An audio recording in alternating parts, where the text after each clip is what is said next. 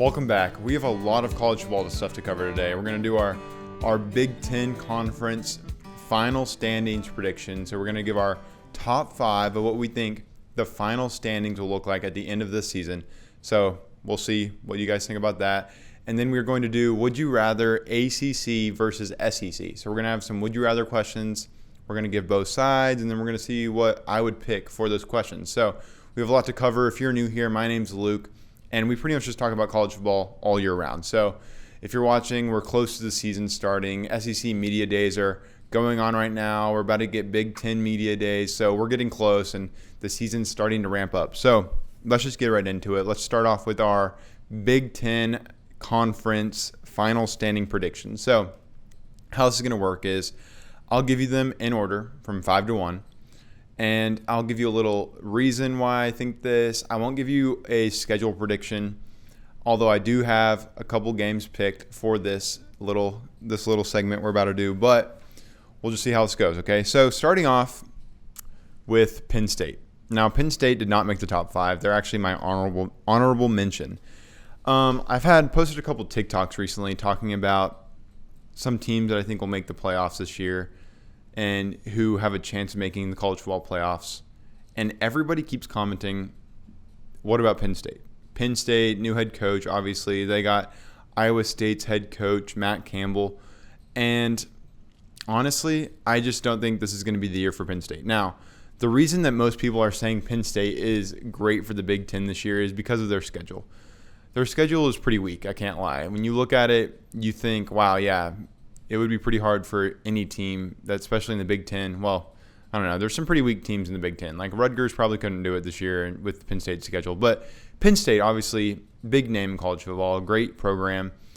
They made the semifinals not too long ago, a couple years ago with James Franklin. So obviously Penn State's a little bit bigger than Rutgers. But still, Iowa State's team last year, a majority of their players, Rocco Beck, quarterback, Matt Campbell, obviously brought a lot of his guys from Iowa State to Penn State this year. So now I'm not saying Penn State's going to be bad. I think they'll be good. I think they might honestly finish in the top 5 as far as standings goes. But if I'm going to pick 5 teams in the Big Ten to finish before them, I think I have 5 that are far and away better than Penn State this upcoming season. So is there a chance a team in front of them drops the game and they end up in the top 5? Yes. But if I'm picking right now, I just can't see that happening. So Penn State's going to be my number 6 or my honorable mention. Now, I said I wasn't going to talk too much about them, but that's all you got to hear about Penn State. So starting in with the actual top 5, this is my Big Ten.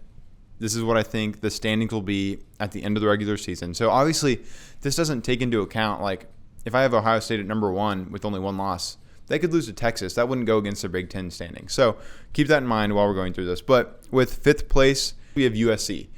Now, USC, this is a big year for USC as far as their team and how they need to end the season.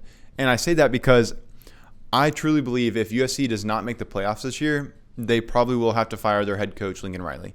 Now, I think this is Lincoln Riley's this should be his 5th year at USC after leaving Oklahoma and kind of a whirlwind. He then got the head coaching job at USC, which he claims is the mecca of college football.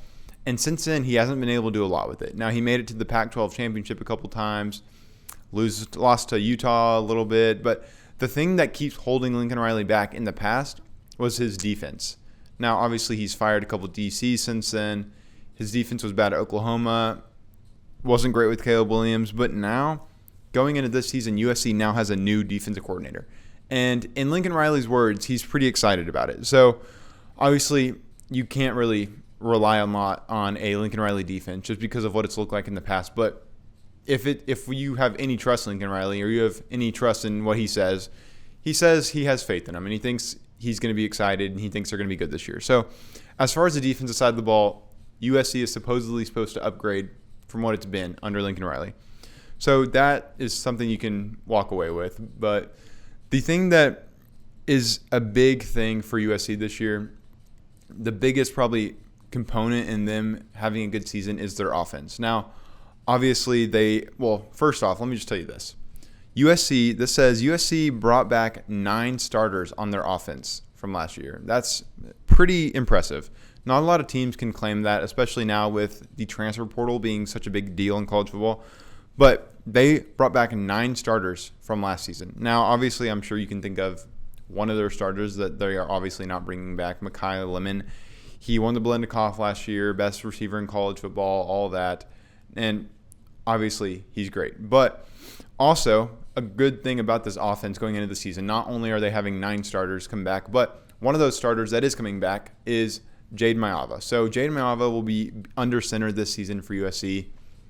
Probably a top, now I don't want to say anything crazy because I can't think really strong about this, but I'm going to probably say top 7 quarterback in college football right now. He might be higher, but I just don't want to make any crazy claims without thinking a lot into it. But if a lot of USC fans and probably a lot of people in the college football world would say Malachi Toney wouldn't have gotten that without Jade Maiava, but also some people think Jade Maiava might only have looked good last year because of Malachi Toney. So it can go both ways.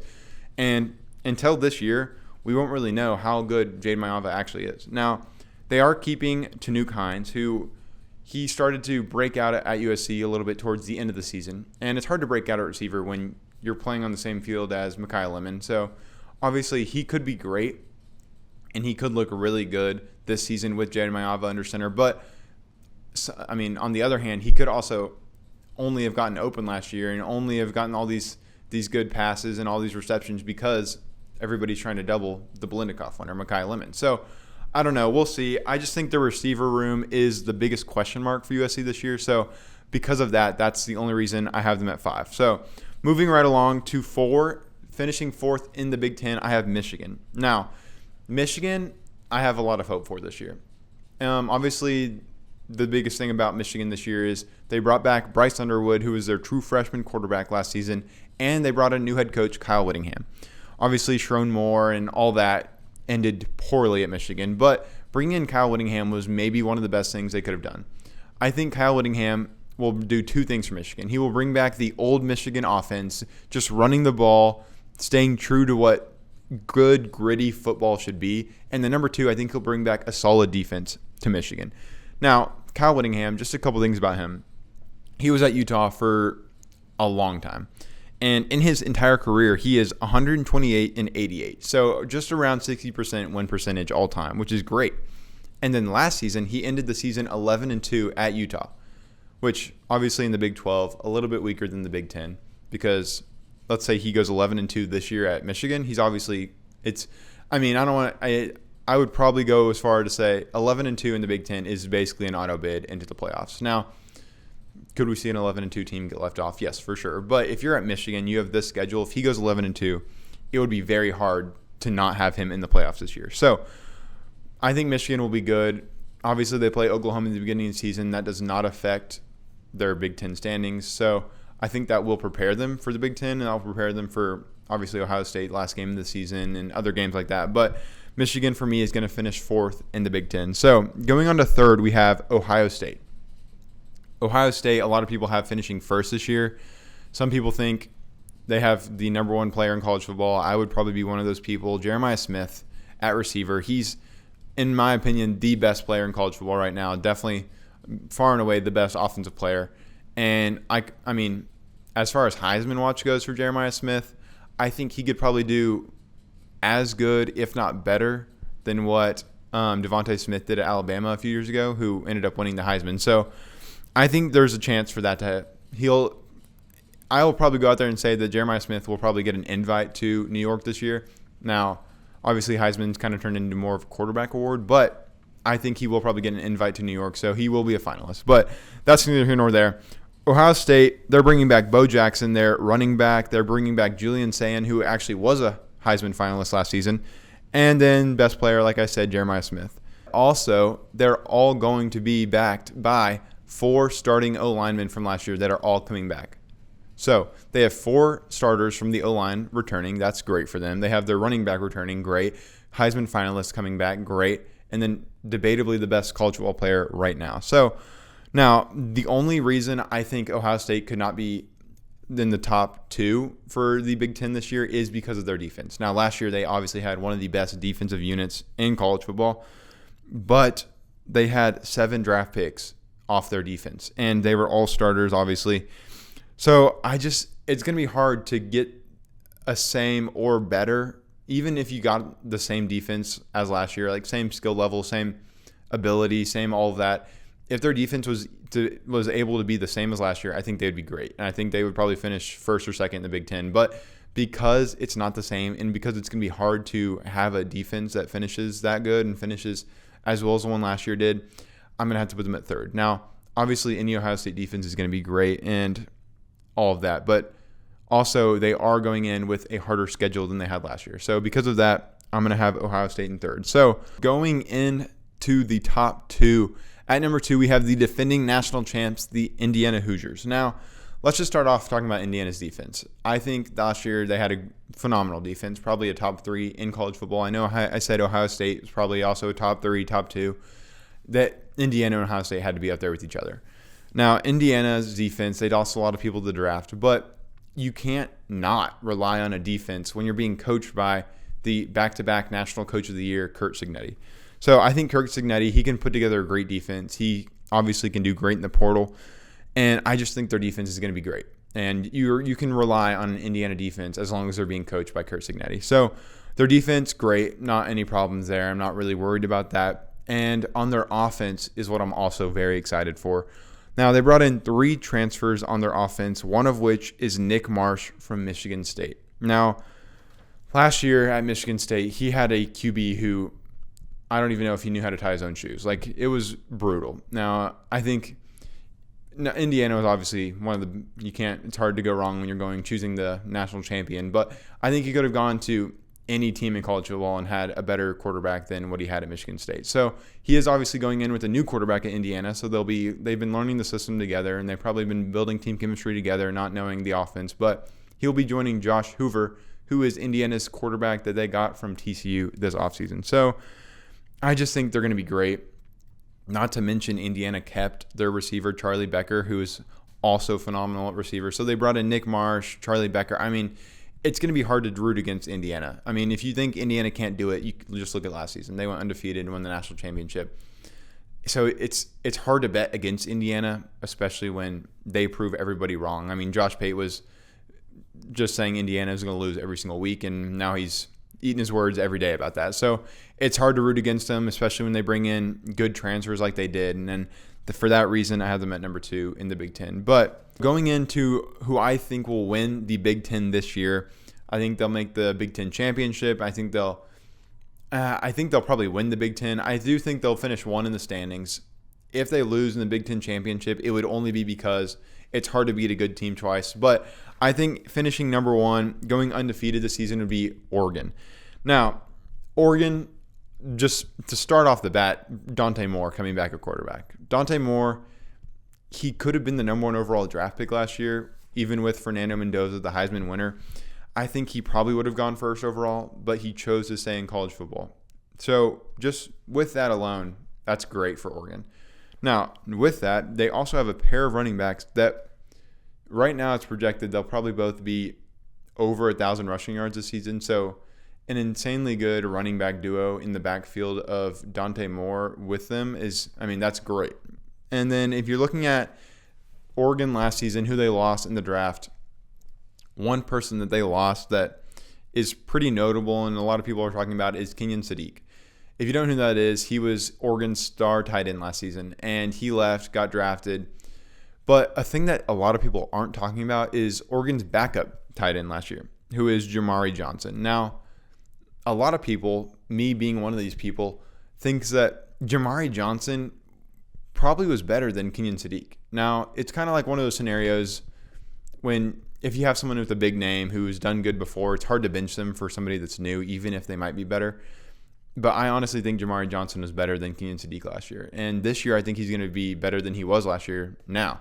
I think he'll have better stats. I think he'll perform better. I think he's a better blocking and receiving tight end rather than just receiving. So I think Jamari Johnson will look great. And then not to mention also at receiver, we have DeCorian Moore. DeCorian Moore last year at Oregon, he only played 11 games, I believe. He had a little bit of injury here and there, but only on 34 receptions, he had just a little bit under 500 yards, and he had over 15 yards receiving on average through the whole season. So over 500 yards with 34 receptions is incredible, obviously.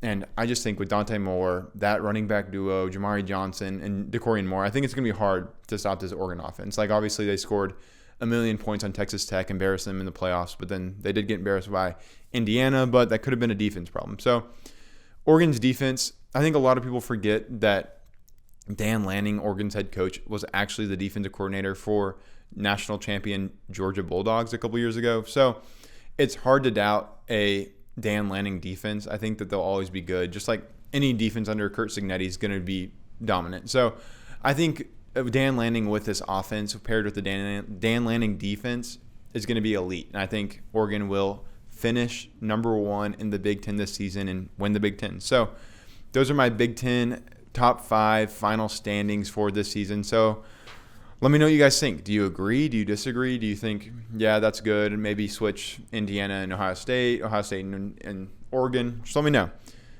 Moving right along, let's get right into the next segment, okay? So let's go into Would You Rather. Okay, so hey, let me tell you how this works. So this week, we are going to do the ACC versus the SEC, which means we'll have an ACC scenario versus an SEC. So would you rather this in the ACC or this in the SEC? So let's just go in, okay? So starting off strong.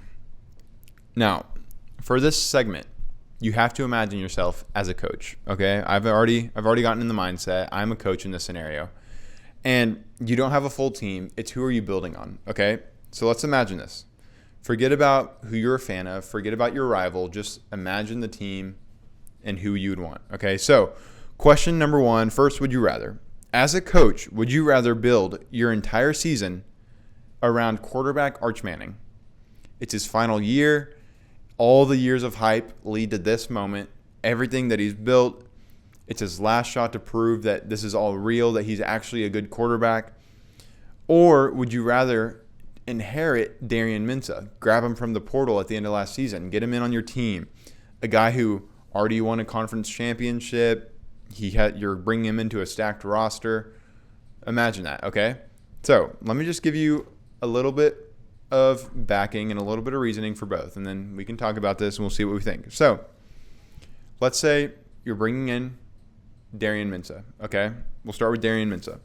Last season, he led his team to an ACC championship. Now, obviously, it was a little bit weird. The tiebreaker rules, Duke probably shouldn't have been in that game. Miami should have been, but that's neither here nor there. He still led his team to an ACC championship, so that has to count for something. Also, he finished second in the entire nation in passing yards. He had 7 yards short of 4K, so he was just around 3,993 passing yards last season. On top of that, he's also entering a roster this year. Imagine this, right? Okay, don't think about Texas or Miami. Just think about the people that they have on their roster, okay? He's entering a roster where instead of him having to bring people up to his level like he was at Duke, he's actually just having to go into a role where as long as he does what he's supposed to do and he doesn't have to worry about everybody else, he just goes and does his job, you're a national championship contending team. Now, last year, Miami obviously lost in the Natty. They lost a couple of guys in the defense to the draft, but they're bringing back Malachi Toney. So you have an elite receiver. You have elite players around you. As long as you do your role right, you guys are an automatic Natty contender. You don't have to bring people up to your level. So you're bringing in a veteran quarterback. There's lower risk in this scenario with Darian Mensah of having a final season meltdown. He doesn't have all this pressure. He's proven himself. You don't have all these fans thinking, well, he's been in the system for this long and he can't do anything. He's new to the system. He's just learning this, which also could be a downside. So he is having to learn this entire system this offseason. But, I mean, people have done it before, right? So that's the case for Darian Mensah. He's a proven quarterback. He's just having to be new to your system. Now, let's look at Arch Manning. With Arch Manning, you know what you're getting, right? It's his 4th year in the system, his 2nd year as a starter? Yeah, second. I think it's his 2nd year as a starter. It's his last ride. He's had all the hype. He's been the number 1 face in college football, probably the number 1 branded face. I mean, he's a Manning. His uncles are in the Hall of Fame. You know who he is. He's established himself, right? And if this works, if this guy who's spent his entire career in your system, if he works out and he's a great quarterback, that looks great for you. Recruits are going to be like, well, if I go here, they develop me. It might take a while, but they're going to develop me and they're going to make me into a true quarterback. He doesn't have to learn your system. He already knows it. He knows the guys. He knows the locker room. He has control over his guys. The team chemistry is there. That all has to mean for something, right? He's been there for a while. He didn't leave. That says something. So these are the two cases. I gave you reasons for both. I gave you reasons to choose both. Now let's see my final decision. I think I know who I would pick. And for me, I would just have to take the guy who's proven himself already. He's on a great team. He doesn't have to bring people to his level. He just has to do his role, right? I'm choosing the guy who he's going into a system where it's worked before, right? And I mean, even if you're just because it's Miami, kind of ironic, but Carson Beck came in, didn't know the system, came in last year, leads his team to a national championship. Year before that, look at Cam Ward. Comes in, learns the system, Heisman. Now, I don't think Carson Beck's that good of a quarterback, but look what he can do. When he just does his role, his team does it for him. Cam Ward comes in, does what he's supposed to do. He did elevate his team a little bit, and he won the Heisman. But I'm just saying, Darian Mensah, if he just comes in and does his role, he doesn't have to be a Heisman winner. He just has to do what he's supposed to do, and he can lead the team to an automatic national championship contender level. So I think I'm going to go with Darian Mensah. I mean, Arch Manning, we've seen him. We've seen him with not a good team around him before, but I mean, I just don't know what his ceiling is. We've seen Darian Mensah do great. He can be second all time, or not all time, but the entire season in the entire nation. So we know that he's a good quarterback. He can throw it with a team that's not that great. So I'm just going to have to go Darian Mensah for this one. So now that we're already talking about Texas, Miami, let's just keep right here, stay here, talk about receivers. Okay? So question number 2, second, would you rather? As a coach, would you rather take a gamble, spend tons of money to bring in Cam Coleman, or would you rather not spend as much money, keep and retain your star receiver, freshman last year, Malachi Toney? Now we're staying in Miami and Texas, right? But let's just start off with Texas this time. So let's start off with Cam Coleman. Now, if everything clicks with Texas this year, everything clicks for Cam Coleman and Arch Manning and this new O-line that Texas has been working on for a couple of years now, if they start clicking, we could actually see what a blue chip receiver like Cam Coleman could actually look like with an actual offense, right? I mean, at Auburn. Now, first off, before I talk about Auburn for a second, I am not a Jackson Arnold hater. I know most people in the entire U.S. are. I love Jackson Arnold. I think he's a good quarterback. I think he got put into a bad system with Jeff Levy and with Seth Littrell and then with Hugh Freeze. I think all these coaches ruined him in his career. Now he's at UNLV with Dan Mullen, and I think he'll do pretty good. But that's neither here nor there. I think Hugh Freeze wanted Auburn to do bad so they would pay his buyout. That's just my opinion. But I do think Cam Coleman was not used to his full potential last year. That is just a fact. So now if you have him going into a right offense and you think that your offense can click, you're bringing in a quarterback. You're paying a receiver. You're bringing in a receiver who you are paying a lot for, but the upside on that is more win now mentality, right? So that is definitely a plus. And then pairing him up with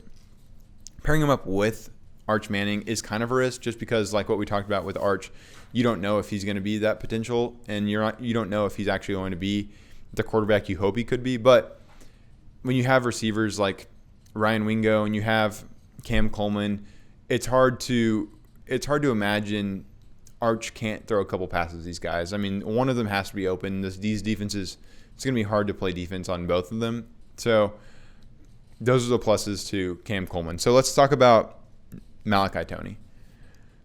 With Malachi Toney, you already know exactly what he's bringing to the table.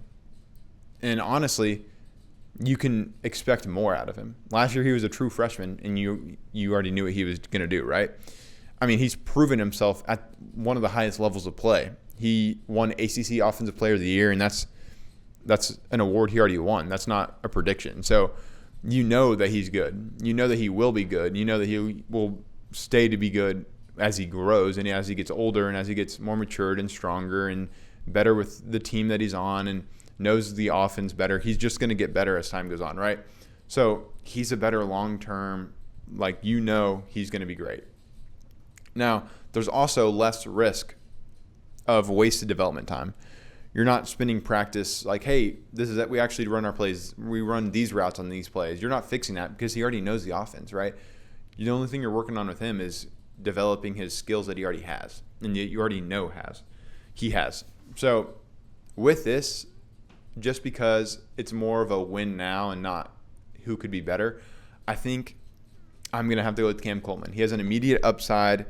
Now, I do think Malachi Toney had, well, I don't know. This might be a crazy take. I think Malachi Toney had a worse quarterback last year than Cam Coleman did. I think Jackson Arnold's better than Carson Beck, to be completely honest with you. I think Carson Beck was put into a better situation. I honestly think if Jackson Arnold was put into Miami last season, I think he probably could have done better in Miami.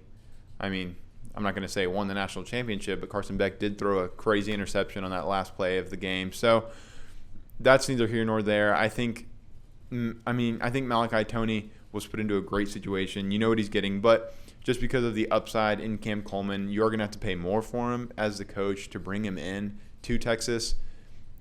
He's just better now. He had like 15 less receptions than Malachi Toney did last year, and he had over 100 yards receiving more. So because of that, I'm going to bring in Cam Coleman instead of keeping my freshman receiver Malachi Toney. So let's go into the last would you rather, okay? Last one, we're going to leave Texas, Miami. And we're going to head up to another ACC and a different SEC team. So as a fan, put yourself as a fan. I don't care if you like the Washington Huskies. I need you to put your mindset. You're either about like an ACC team or an SEC team, okay? So put your mindset as this. As a fan, would you rather have James Franklin coming in, new head coach at Virginia Tech this year, or would you rather have Lane Kiffin coming in as your new head coach at LSU? Let me just give a couple stats. Let me just give a couple reasons for both, and then we'll talk about it. James Franklin, obviously Penn State's head coach for a pretty long amount of time. He went to multiple New Year's Six bowl games. He went to college football playoff semifinal game. He's 128-60 in his career. His win percentage all time is 68%, pretty solid. He's only one of 3 active head coaches with 14 plus years and a 68% win rate. He took Penn State to 6 double-digit wins and a college football playoff semifinal, like I already said. But he's also inheriting a Hokies program that's only 45-55 since 2018. So something that's great for James Franklin is there's not really any pressure on him right now. Obviously, Virginia Tech, traditionally a very solid football program. They had obviously people like Michael Vick, and they had Frank Beamer as head coach. But the thing about Virginia Tech is I think if anybody was going to bring back a program, it would be James Franklin. Now, do I think he's going to have immediate turnaround and immediate let's go? No. I think it could be 2 seasons. It could be 3. Probably more to 2. I don't think it would take 3 seasons. I think he could do good in the second season and then maybe third be a college football playoff team. But I think if somebody was going to do that, it would be James Franklin. Now, obviously, he's one of the most, as I just said, the stats I just read, he's one of the most reliable coaches of all time in the modern era as maybe most reliable active head coach. I mean, he's just going to win. That's what he does. Now, obviously, he's not ever won a national championship, but he's a very solid head coach. He can recruit. He can do all the things. So, obviously, they're in a good position. Virginia Tech's in a good position. Obviously, like I just said, there's no pressure on him either. So, that's the upside for James Franklin. Now, let's go to Lane Kiffin. Lane Kiffin, obviously a very argumentative position if you like Lane Kiffin. A lot of people will argue with that and say that he's the worst coach of all time. People say he's the worst human being of all time. But we're talking straight head coach right now. Okay, so Lane Kiffin is 55-19 in his career at Ole Miss. So that's only at Ole Miss, including an 11-1 season in his final year. Some people say that his last year doesn't count for him, which is crazy because he was the head coach until the playoffs, and then they went pretty deep into the playoffs, farther than most. I think that all is in Lane Kiffin's fit. I think you can blame that on Lane Kiffin. I don't know if blame's the right word since it's positive, but he can take responsibility for that. He can take the responsibility for going 11-1 last season. You are paying $13 million a year for Lane Kiffin. If you're taking him as an LSU, if you're a fan for LSU, you are having to pay a lot. But he can win. I mean, he knows how to win wherever he goes. Now, he is obviously one of the highest paid coaches in the sport, but he's taking over, 4-time national championship program. They won in 2019, so they've done it recently. And because of the win now that I think Lane Kiffin has in him, I think he did great in the portal this year, obviously bringing in Sam Leavitt, Arizona State quarterback. I just think Lane Kiffin is more of your win now, like that's your win now guy. So if you're an LSU fan, I think you did great with Lane Kiffin. I think it's time to go. You guys won 2019, so strike while the iron's hot. Like, do everything you can to win an Natty now. And then the only thing that's a downside about Lane Kiffin is he might leave when you win the national championship. I think as soon as Alabama just gives him a little wave, he's leaving. He's hopping on the first train out. You know what I'm saying? So that's your risk with Lane Kiffin, but I do think I would choose him in my would you rather. I think I'd rather be a fan of LSU than they've been better more recently. They've been better recently or more recently than Virginia Tech has. They've had Joe Burrow recently. They've had a ton of NFL talent recently. Virginia Tech's just, it could be because I'm only 20 years old and I don't know anything about Virginia Tech and I wasn't alive to experience them being a dominant college football team. But I think I just have to pick LSU. I have to pick Lane Kiffin as my head coach because I do think he can bring that national championship sooner than James Franklin could. Do I think James Franklin could make the college football playoffs soon in the next 2 to 3 years? Yes, for sure. But I think Lane Kiffin could make the college football playoffs in the next 2 to 3 years with national championship hopes. So because of that, I would have to go with Lane Kiffin. So that's all of our Would You Rathers. We went through our Big Ten final standing predictions. We did 3 Would You Rather questions, and that's all we got. So if you guys have questions, if you want to send in some things for me to talk about, some topics, or you have a hot take to give me, or you have something from SEC Media Days you want me to touch on, or maybe Big Ten Media Days next week or 2 weeks from now, I don't know when it is, just email me at the email that's on the screen, and we'll get to that. So if you're not subscribed, or if you're new here, like I said at the beginning, we do college football all year round. We post shorts. We post on TikTok, Instagram, YouTube. We do YouTube shorts, YouTube long form like you're watching right now. So thank you for watching. If you made it this far, you've obviously made it pretty deep. So give us a subscribe, maybe like the video. Hey, comment what you think about what I said. Do you agree with my final standings for the Big Ten? Would you pick Cam Coleman, or would you pick Malachi Toney? Would you pick Arch Manning, Darian Mensah? Would you pick something that I didn't pick? So let me know. Thank you for watching, and I'll see you guys next Tuesday. Goodbye.